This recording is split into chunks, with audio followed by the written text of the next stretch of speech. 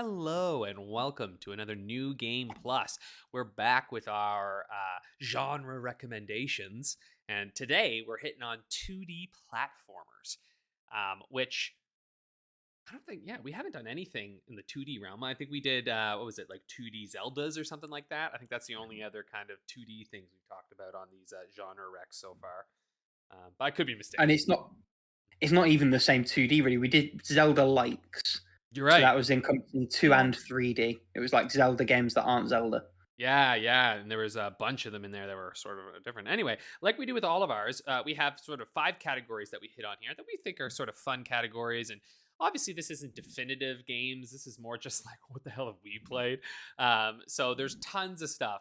And every time we do these, I always appreciate like people, offer things like, oh, what about this game? And it's like, oh, well, actually, we didn't know about that. So sometimes you all given me ideas that I have put on my list and gone to play later. Mm, So again, if you listen to this and you're like, dude, you guys forgot like the classic, hit us up.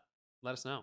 Because we'll probably someday, at least it'll go onto our big old maybe. backlog, Maybe. the never-ending backlog. But it's an aspiration for us. So the kind of genres we have intro game, which again all depends on how we interpret this. Usually it's for someone with little to no experience. Then we have the foundational game for those who've kind of had a little bit of experience with this. Interesting take on the genre. Our current kind of definitive modern interpretation, which Ironically. Yeah. ironically, a lot of our modern ones are old, but we're old. So, which, I mean, we're getting Speak for older yourself. now. So sometimes our modern games aren't that modern. And then we have a hidden gem or kind of an acquired taste, just something that's like a little out there, that you think like, I like this, but I could see how people might not. So we're going to kick it off right away with our intro game. And well, I'm just going to start because I introduced all of this. So Are we I know we've done it on previous and we can feel free to clip this bit out and skip it if we're not. Are we defining what we're calling a 2D platformer before I we suppose we could define that jump now. in? Because for me, I've had to make a real concerted effort not to include Metroidvanias in this. Same. Because for me, 2D platformer means something where it's more linear, more level based. There's not an expectation that you're necessarily in a single continuous map that you're crisscrossing around because you've unlocked power ups to do more things. So I'm thinking linear. Obviously, I'm thinking 2D. I'm thinking combat and other bits are okay, but the primary focus is on the running and the jumping. Yes, running, jumping, puzzle solving. That to me is like a 2D platformer, right? And usually level based, like you mentioned. Obviously, Metroidvanias are 2D platformers for a lot of them are. Many of them, like Guacamelee, uh, Hollow Knight, all of these are, they're 2D platformers, Blasphemous, all of those. But like you Mm. said, I think they're primarily seen as a Metroidvania. So I'd say for us, we've sort of chosen games that, even just looking at our lists here, I think all the games that we've chosen, they're primarily based on the idea of jumping and moving around. And you might occasionally solve puzzles through you jumping and running around. Mm. But tend to Yeah. be level based in the sense that you start at one spot and you get to the end and you move on to the next. You don't really return back and backtrack and stuff. So yeah, that's a good point, Rick. Okay, now let's jump in then to our kind of intro games. And I kind of have two here. Oftentimes we end up having more than one, whatever. It's more bang for your buck. The first one for me is like, I think this is very much, it's interesting because like, I don't know how intro-y game this would be now. For me, this is certainly an intro game, which was Super Mario Land 2, 6 Golden Coins. Like this is one of the earliest ones. Actually, probably the original Super Mario Brothers is the earliest one that I remember. But I almost think that's not as good of an intro anymore because that game was hard. Whereas Super Mario Land 2, I think is much easier. It's not like it's a super enjoyable game. I just do think that it's maybe a little better balanced because it's meant for that handheld experience versus, the original Super Mario Bros. That game was like, let's punish these kids. And it did. It punished me a lot as a kid, but I got way better by playing through it. I think you've all played this one, right? At least Rick, I know you definitely have played this one. Very nearly picked it for myself. I mean, I have childhood memories of playing this game and not having a clue about like the end boss. So I'd like jump around in the levels in not the level in the save select bit, like deleting saves because I didn't really understand what a save was. I just understood I was running around with bomb with legs. But yeah, exceptionally good game. Absolutely still stands up today. Very forgiving, very welcoming. Absolutely concur with putting it in this category. Yeah, and there are so many like there's like an incredible colorized version now too. That I remember just playing. Like I think so when we initially wrote this because obviously, you know, we've created these at different times. This is actually when we first started doing New Game Pluses, we populated this one, I think. And so we've edited our lists a little bit, but this is one that didn't change for me. Even despite, you know, being a year or so out from having played it. It's just so good. And that colored version makes it stand up against all the others too. And then the other one that I have here is the Artful Escape, which I didn't have on initially, but I actually think this is a phenomenal intro to platformers because it's not very hard. In fact, some might argue it's too easy. And it's really just about getting into the flow of running and jumping and playing your guitar. And I think it's kind of a perfect way. Like, I would happily introduce someone young to this, you know? Anyway, I don't think either of you have played this, right? Rick, did you play this? No. Nope. I tried, and my laptop. Yeah, this is the one that your broke laptop's down. like, nope. Yeah. Another time. Yeah. Anyway, great game. Well, what about for Rick? Yours is no surprise. No surprise. Anyone who's listened to any of our podcasts knows that I'm a big proponent of Daddish. He's a dad, but he's also a radish. And there are a lot of games in this series, and a couple of reasons I've picked this one. Very accessible. It is free on mobile platforms, ad supported, although you can pay to remove those. There's 3 entries and a 4th if you count the recently released at time of recording Daily Daddish. And it is very, very straightforward. It's literally move left, move right, jump, double jump. The levels are all bite-sized. There's a great bit of humor. It's just a really easy, simple, like gentle ease into that genre. And I think it ticks all the boxes for this category. So yeah, and yeah, you're absolutely right. This is a stereotypical me pick. There's no question there. Paula, what about you've got 2 picks there? Want to tell us about those? Yeah, I got 2 picks that are kind of like very, very easy platformers, especially Kirby's Dream Land, because I do remember trying to get into platformers for me was kind of difficult because of someone who doesn't really have that sense of timing for you to jump from one platform to another. I actually struggle a bit. So I started with Kirby's Dream Land, and it is barely a platformer. Like, you move through platforms, but Kirby kind of like obliterates the concept of platforms because he can fly.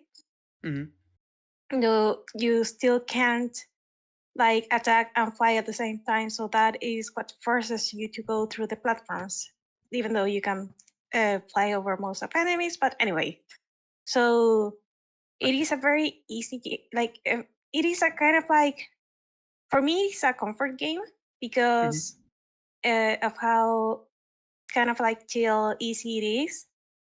And it's still like the bosses though are kind of brutal, but the platforming sections are like very, very easy. On the other hand, I have Liar.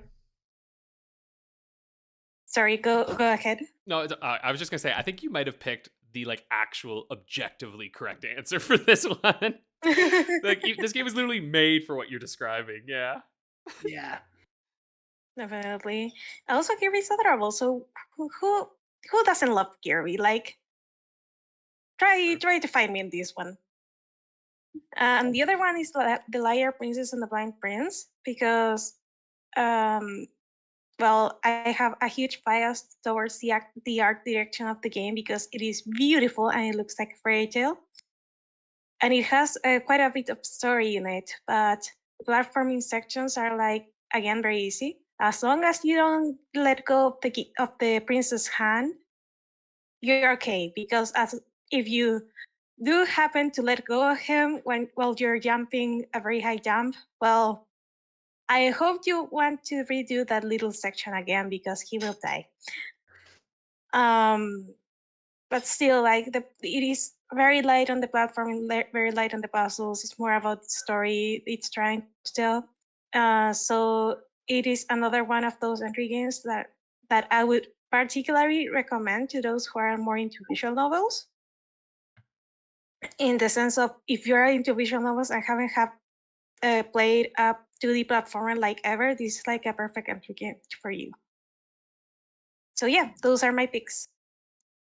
Nice. So then I think we're moving on now to the foundational game. So this is the one where essentially it's a game that we think, like, for those who have, like, they've jumped their feet in to the world of platformers, and they've come out and they're like, I want to take on something a little more intense. So Rick, why don't you tell us a little bit, what did you pick for this one? Yeah, so I've been again naughty and picked two. One of which is going to come up for one of you guys later, and that is Ninja 5.0, Ninja Cop, depending on which region you are in. It's a weird sort of GBA platformer where you're a ninja who's also a policeman, like stopping bank heists and random stuff like that. It's got the Bionic Commando sort of grapple, albeit you've got a lot more flexibility in terms of using it. You throw shurikens, you do attacks. It's all very level based. It's really, really solid. So asks a little bit more of you, which is why I thought it was better here. But absolutely still holds up. Just download a ROM because it's bloody expensive to get a hold of. It's as the name sort of suggests, not a one that the publisher had particularly high hopes about. So didn't get a massive print run. If you want an original cart, they can set you back a fair bit. Yeah, and it truly. Oh, sorry. Go on. No, go ahead. You're good. I was gonna say it really does hold up because, like, I played this. Like, I never played this on my GBA when it first came out. I only played this when I was doing my kind of like big Game Boy Advance run, and shit's really fun. Like, it's a good game that holds up even today. I do have a slight confession. I played this game on a PSP Go, which happens to have a really good GBA emulator. Yeah, of course I did. But it's really, really good. I do want to replay it on original hardware. I've got a flash cart, so that is a possibility now. My other pick is Mutant Mudds Deluxe. So this is by Atui, the Dimension people, Chicken Wiggle, various other games. It is a aesthetically classic and like difficulty classic game. It's jump, hover, shoot, it's all level based. It's very, very tightly put together. It's a really confident game. It is also very, very hard. And that, not like obnoxiously so, but it will present a stiff challenge. And it does require oftentimes a number of retries on a level to get it just right. There's not a lot of flex. There's not a lot of room for error. But I think that's to the game's strength. It asks a lot for you, but you get as much as you give it in that sense. It's available on just about everything. And why don't you both tell me about the game that one of you had and one of you very briefly had and is taking off, which is throwing this episode into disarray. Alex, tell us about your game. Let's go from there. Yeah, Paula just moved that one. All right. What's this? Yeah, changing the list up as we're fucking talking here. Oh, no. Paula's just moving shit around, throwing us all off. See, I didn't include the one that... So Paula just... We're going to talk about Paula's, actually. I'm throwing everything around here. Because Paula just popped Ori and the Blind Forest up here. And I didn't include that one because I consider that a Metroidvania. Though I agree with you that it's a phenomenal game. Both of them are really, really good. But why don't you tell us about that one a little bit, Paula? Why'd you pick that one? You're muted. Oh, why don't you unmute yourself and then tell us about it? Nope. Nope. Still muted. Oh, it's all gone tits up for Paula in the last. God damn it! I forgot. There you go. We're gonna leave all that in there. Yep. These are unedited. Remember, that's what you get with New Game Plus. You get a little bit of a raw unfiltered us. Oh dear. Okay, so I picked Ori and the Blind Forest and Super Mario Bros. First of all, Ori and the Blind Forest, maybe because this was what I was working towards when I started playing Metroid. Sorry, when I started playing platformers, because I already said I kind of suck at platformers, so I had to try to get to this point because I didn't grow up with them. And for me, Ori and the Blind Forest, especially like that one section where you have to escape from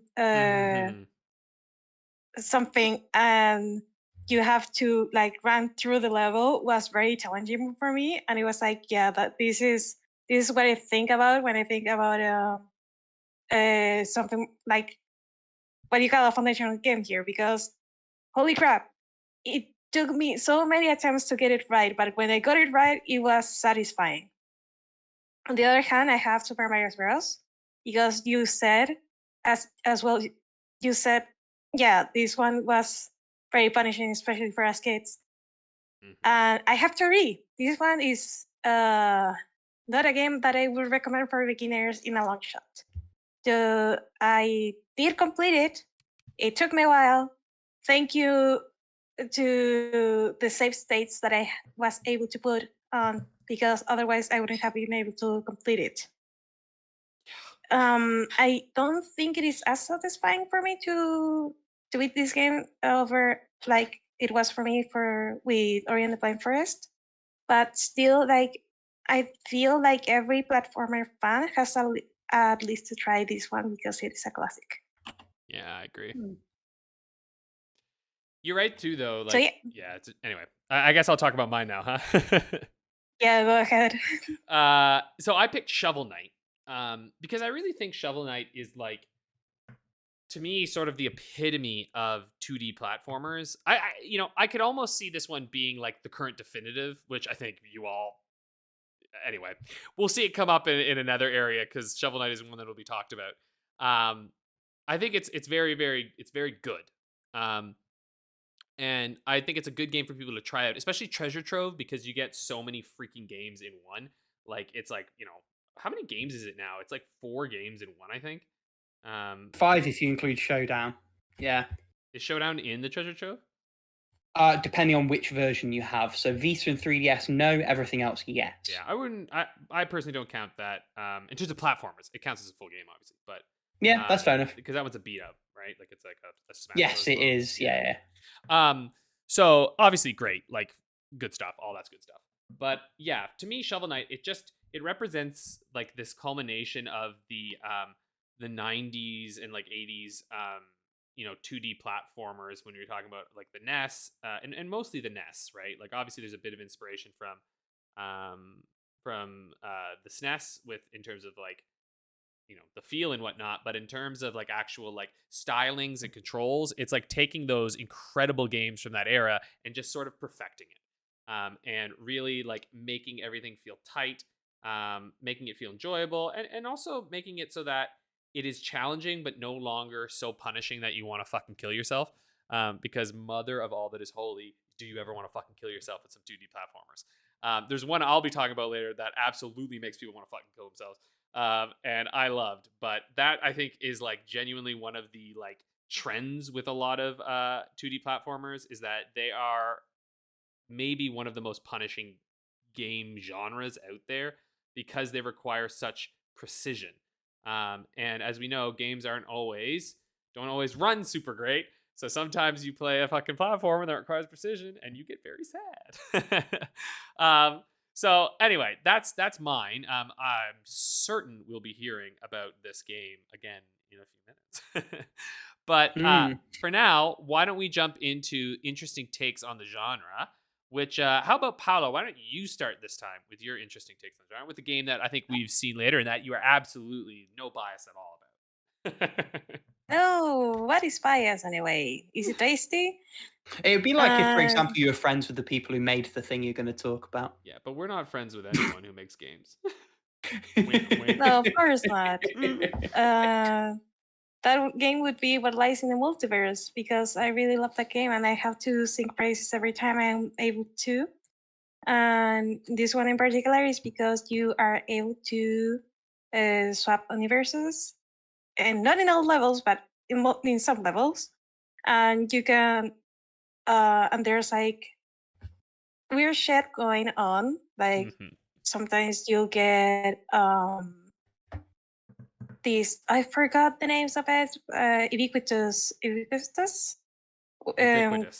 which is an item which is in both universes you are swapping, so you have to take advantage of that.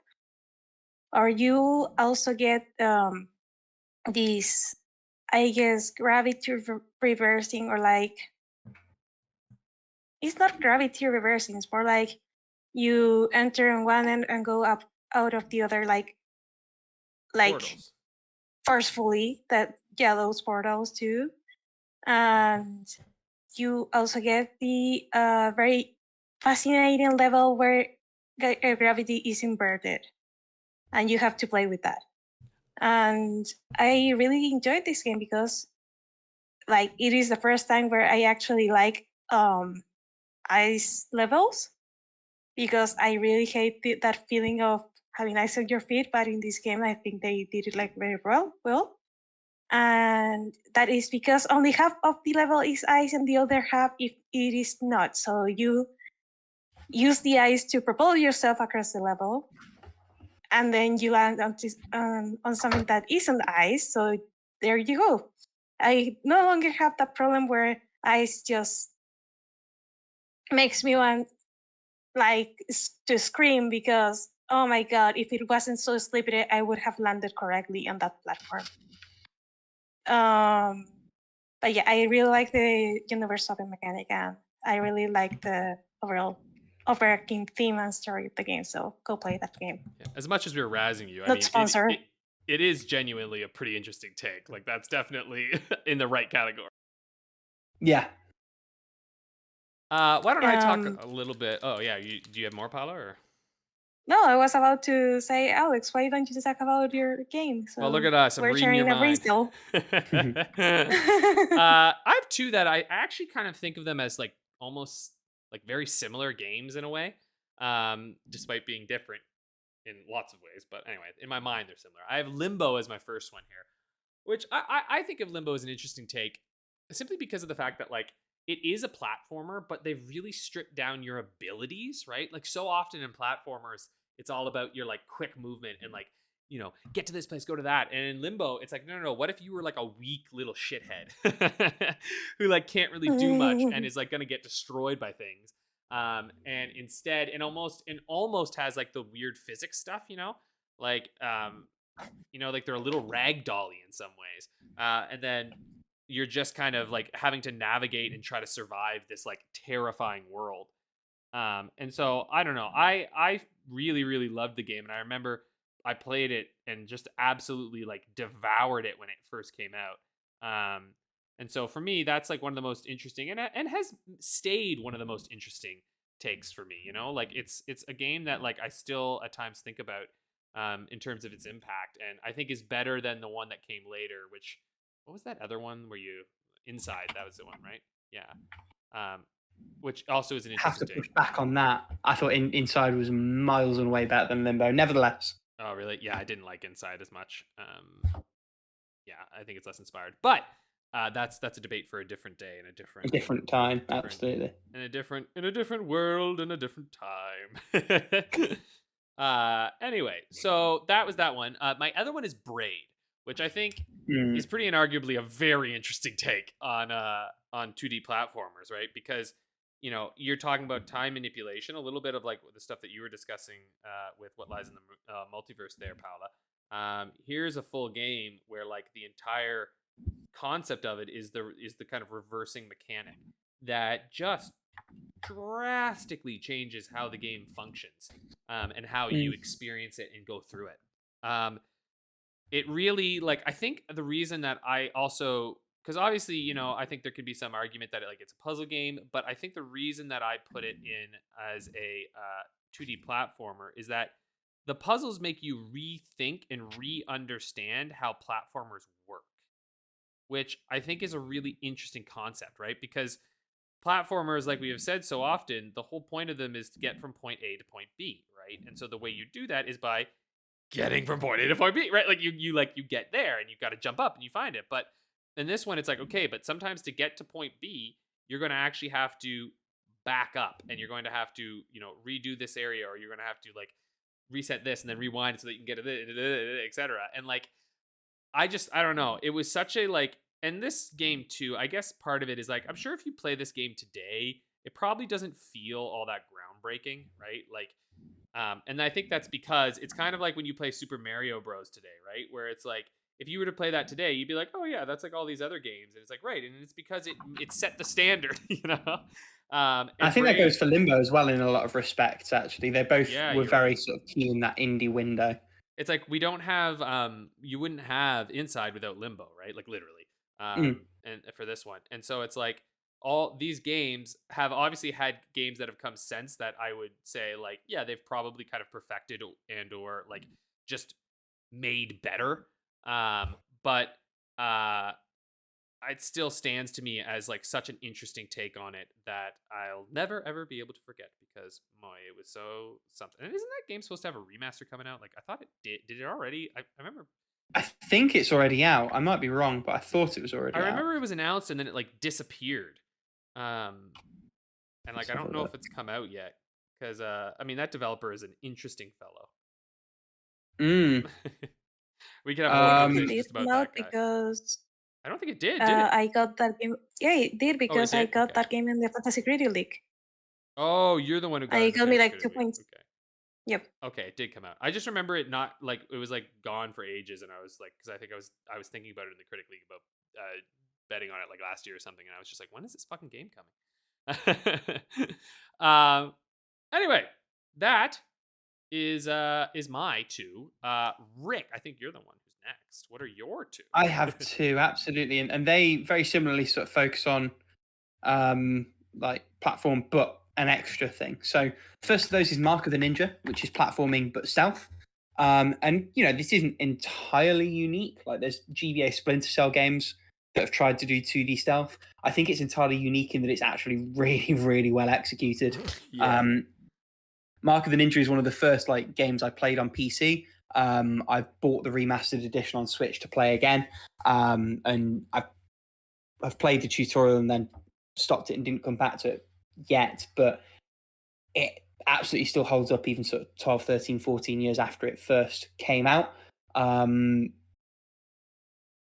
platforming is good and it's heightened by that stealth component. And I think that similar sort of heightening is true of the second game I've picked, which is Sound Shapes. It's also heightened by the fact that you can play it on the Vita. But the fun thing with Sound Shapes is that you are essentially playing interactive songs, and the song will start with just a beat. And as you go through the level, the pickups you collect are almost like your single screen is a what's it called, like a beat track, like a sequencer.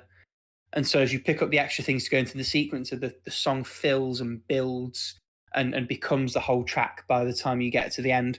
It's hard to access any of the extra content they release now because as a PS3 and Vita game, when those storefronts started to see online services getting shuttered, that game was one of the unfortunate sort of victims of that. But the core game is still fantastic. It's got songs by Beck. There's some other sort of big artists that have contributed to the game. And it is elevated massively what is already a good game by the extra things it gives. It also has like a sticking to walls and floors mechanic, which is fun. But the main thing is the music that they tag on top. Yeah, not really much to say about those apart from that's their extra thing and they're great. Shall I roll us into definitive games? Because Yes. this is where Shovel Knight comes back in for me. Despite the fact, and that's where Paula's landed with it now as well. So Paula and I have both got Shovel Knight as our definitive takes, and I think that speaks to a lot of things. I think that it speaks to a certain extent the enduring quality of 2D platformers, the fact that that sort of method of play stands the test of time, even as it was implemented originally, obviously with Shovel Knight being a retro throwback in certain respects.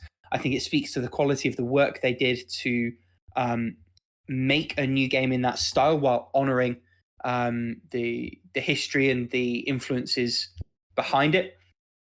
And I think it speaks to what you alluded to, Alex, which is the sheer amount of content there. I think in some ways it's partially definitive just because of how much they've given, how much they did to support the game and expand the game, and what a complete package it is as you come to it today.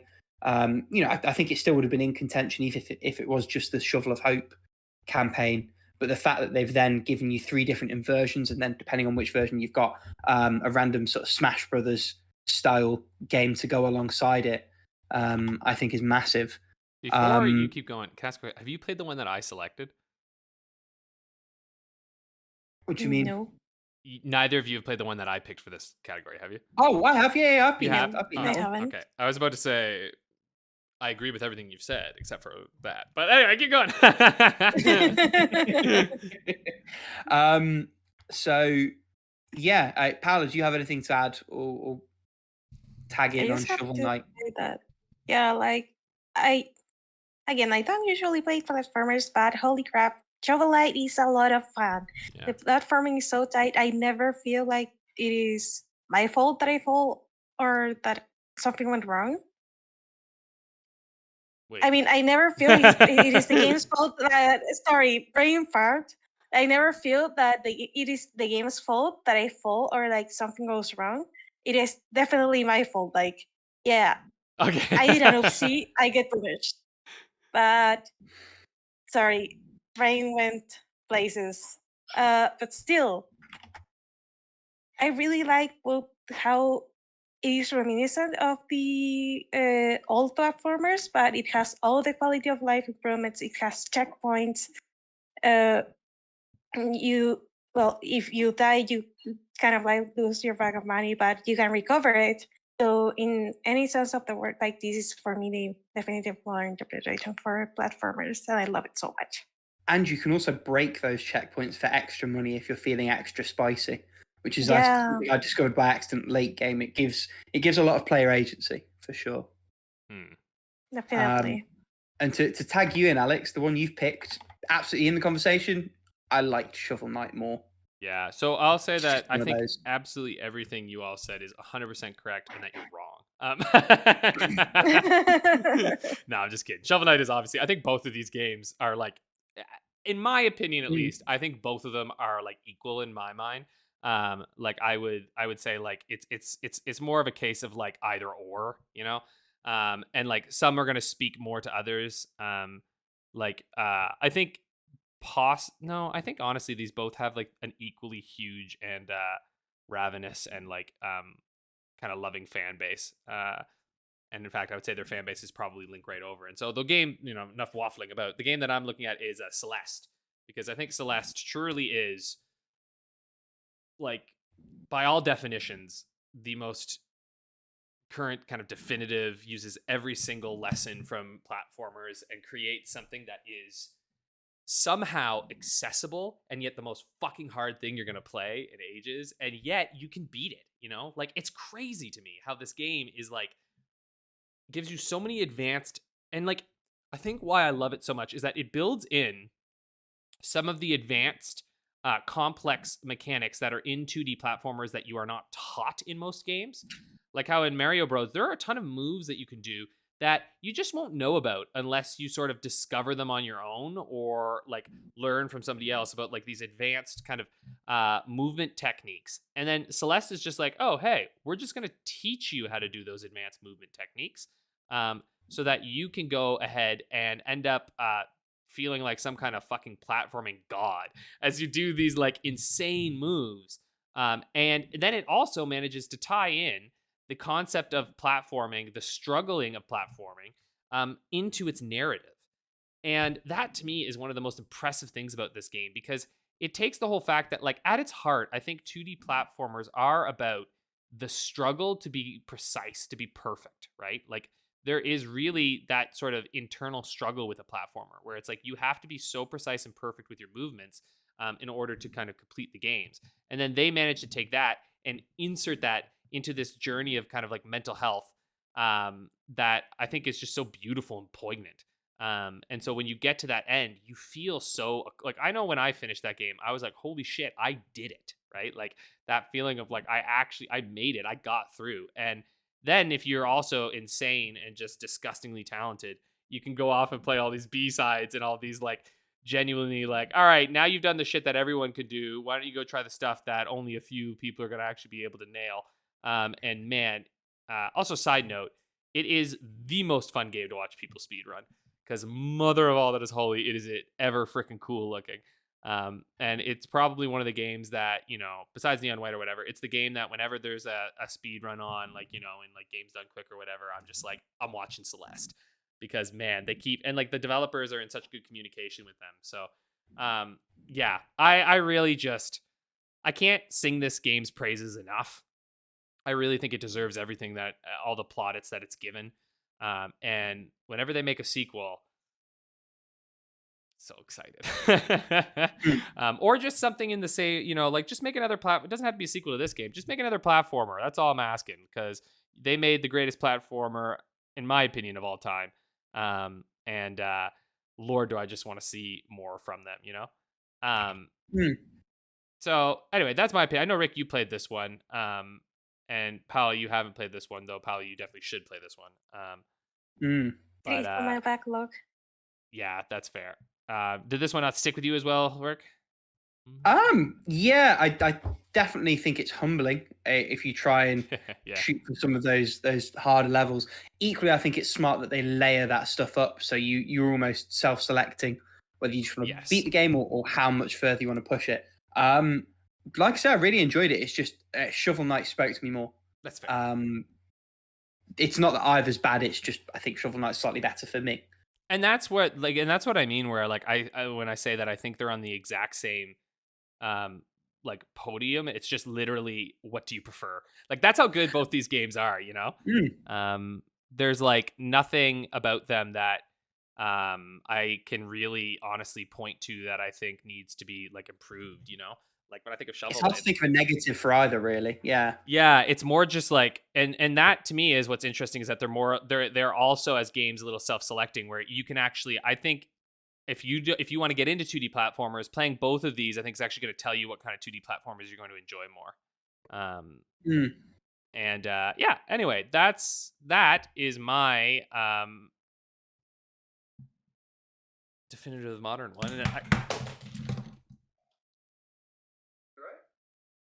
one sec. Unedited, folks.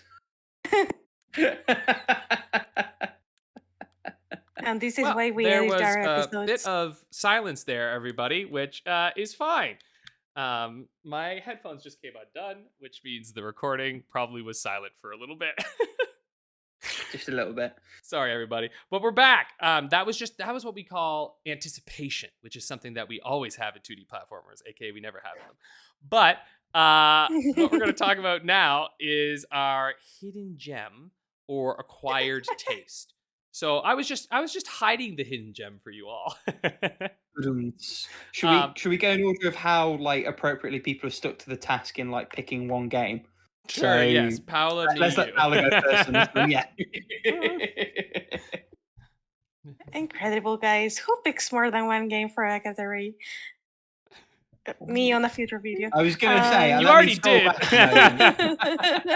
Yeah, the next New Game Plus is gonna be a nightmare. But anyway, keep going.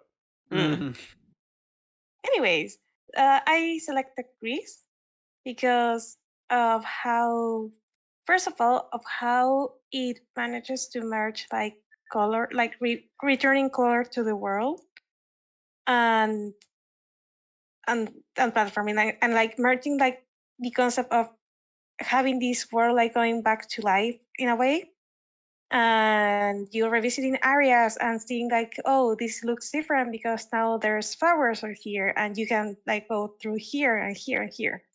And the thing is that this game is very, very easy, but it has like some unique charm that I can't find in many games. It may be the watercolor aesthetic that really speaks to me because I'm a sucker for that. It might be like how it kind of tells a story through show don't tell, really. And the topics the game it tries to speak of or like show you are like more up to the interpretation of the player. And I really feel like this game is not for everyone, because people who usually play platformers may be looking for more of a challenge and less of a more chill or like palate cleanser or like even like just relaxing experience. And I feel like this game kind of came and went for a while because I do remember like a big YouTuber like talking about it, but I don't know a lot of people that have actually played it. So it might be a little bit of both, like both a hidden gem and an acquired taste. And it's a shame because it is a very beautiful game that I really recommend everyone to try. You have to know that you are not in for a challenge, you're in for a relaxing adventure and a story that the game is trying to tell. I have to say, wasn't a massive fan of this one, but I do think that is a personal thing, and I think that probably speaks to just how appropriate this game is for this category, because I think acquired taste Yeah. is I personally acquired.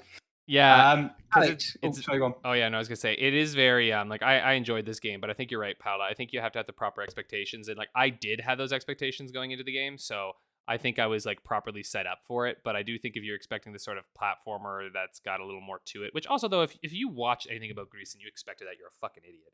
Like I just Game of the month. I knew what I was going in for. I didn't think it was going to be for me. Yeah, but I exactly. played You it knew and what you were tried it. going into. Like, I'm like, I don't know if anybody goes into this not knowing. Like, I'm sorry, but it's like fucking all over. Like, I don't know, man. Like, you just need to watch like 2 seconds of the game to realize, oh yeah.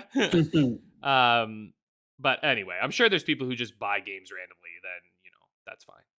But also, if you're buying games randomly, whatever. This is a moot point. So, my games that I picked here. Well, there's one. The reason I kind of have two is because one of them we already talked about, which is Ninja 5.0, which I consider to be kind of hidden gemmy because I genuinely don't think a lot of people know about this game. Which, like you said, it's just like there wasn't much marketing for it, so I don't think people know it exists. A miracle that I know it exists. Yeah. Right, exactly. So that's why I'm like, yeah, this is kind of by definition, I would say, a hidden gem, because no one really knows that it's a game. But the other one that I sort of picked that I genuinely think is not a hidden gem, but is 100% a massively acquired taste, and that's Ghosts and Goblins, because people hate this game. Like I have seen people who play this, and I think they want to take out like a hit on this game because it's so bad, it's so tough. And I understand it genuinely is a ridiculously difficult game that is unbelievably punishing, that requires you to have almost a like encyclopedic knowledge of the movement patterns of the enemies within it. And yet it is one of my favorite games of all time and so much fucking fun. Because it is just, there's just aren't a lot of games that are, one, challenging, but also very good. And that, I think, is the really, like, the big difference here, right? Where it's like, yeah, there are a lot of challenging 2D platformers. I'm sure we can all think of games from, like, the NES and most of the NES, where they're not very good games, right? Like, they're just challenging games in the sense that they've ratcheted up the difficulty to make it so that you have a really bad time with the game. But the thing is with this one is that I don't feel like that's the reason why it's difficult. Like there are some cheap shit that you'll definitely feel, but I feel like at its core, the actual like controls and everything, that's not the reason why you're dying. It's more just like, it's more some cheap shit that happens. That's the reason why you're dying. But I still think that at least control wise, you feel as though you have a good grasp of the controls and that like at least your character is within your control. You're not being tricked or anything. You have full take on it. So when you die, it's your fault. Which is also a very bitter pill for a lot of people to swallow. But anyway, that's my sort of real kind of acquired taste game that, and honestly though, here's the thing, it's on the Switch, right, with the online things. Play with the save states. It's really quite fun. Like, yeah, you have to save state every 2 seconds so you don't get killed, but I actually think that's a really fun way to do it, and I really, really recommend that people try it like that because I think you're gonna have a really good time with it. I have to say my favorite platform was the stop motion ones. Well, that's what this is. Yeah, you got to stop every few minutes. I'm gonna tuck the fishing rod back into my bag, and I'm going to talk about the trio of unique handheld 2D platformers that I've picked as hidden gems, and I think they are all to varying extents hidden gems. The first one I think I've possibly talked about in a New Game Plus before. I might have not. Box Boy, the original, but also the series. They're 2D platformers where you make some of the platforms as little box shapes out yourself. These games are phenomenal. They're just so good. There was a temptation to put it as a foundational because I think it is really that good. And I think once you've got handle on platforming with making your own platforms probably fits that bill. I decided to leave it here instead. The next two are for the regular DS. There's Henry Hatsworth in the Puzzling Adventure. The fun thing about this one is that it is a 2D platformer, but it is also a block puzzle. So the unique thing about this game is that when you kill an enemy on the top screen, they become a block on the bottom screen, and you have to sort of constantly stop to attend to that to make sure that they don't overflow and just dunk a load of enemies on top of your head on the main screen. But you can't pause to deal with that. So if you're dealing with that, you have to make sure that Henry is safe on the top screen before you attend to the bottom screen, or try and juggle them both. Surprisingly challenging, surprisingly deep, impressively functional as a concept. A game I want to go back and replay at some point because I had an absolute blast when I played it the first time. And then finally, and I really will be impressed if anyone's listening has heard of, let alone played this, when the first Tim Burton Alice in Wonderland came out, there was a by the numbers tie-in game for modern home consoles de jour. There was also a completely different Alice in Wonderland game released for the Nintendo DS. And it's a relatively basic platformer that has you playing as Alice, but also the Cheshire Cat, Absolem the Caterpillar, and also possibly the Mad Hatter. The really cool thing that this game did is it asked you to rearrange the world map in order to create pathways for you to get from A to B. So each sort of section of the world map was a square, and at certain points and on the fly, you could rearrange those squares to put different exits and entrances together. Wasn't super challenging, like a little bit more straightforward than it sounds, but it was a really unique setup, and it's also one of the tie-in games that has the honor of being quite a good game in its own right, as well as happening to tie into a property release. It's one that I remember reading a couple of glowing reviews about, and then have never seen talked about since. And it's a crying shame because it's a really, really good game that, because of the situation with the license, probably never gets a re-release, but is absolutely well worth tracking down. I imagine probably goes quite cheap these days. I might be wrong on that. But even if it doesn't, hey, ROMs exist. Yeah, Nintendo DS games are so easy to get ROMs of. And also, they have the perk that actually playing them vertically on a phone screen is both very doable, and any phone released in the last few years is absolutely capable of running them, which is always fun. So this is worth checking out, as is Henry Hatsworth. I actually think on most phones, Citra would probably run all right for 3DS as well. So this is me saying, go and play these games on your mobile phone, I guess. So that is my three. Oh, wow. Yeah. Alice in Wonderland for the DS goes hella cheap. We're talking like a few pounds in the UK. There's like a European version with manual. It's like £7 or best offer. Oh, wow, I'm sort of tempted to buy a second copy, which I think says a lot about me. That's pretty fucking cheap. I mean, the DS is due for a price explosion in about a few years. Yeah, for sure. Yeah, Game Boy Advance just went through it. The retro trough and peak. Yeah. So if there's any games you really want, you might want to get them now before they start to be stupid expensive. Faux show. Some of them are already stupid expensive. Well, yeah, if they're called Ghost Recon Pokemon Conquest. Yeah. The Dragon Quest 4, 5, and 6 remakes already go for silly money. Yeah. Soul Silver, particularly if you've got the Pokewalker, goes for silly money. Even without the Pokewalker, that game goes for like. Even without the Pokewalker, you'll get a lot for it. For sure. Well, sick. That was our 2D platformer recommendations. Are there any that we missed that you're like, how dare you? Then let us know. There's so many of them out there. But yeah, that's it. Toodaloo, folks. Peace. Bye.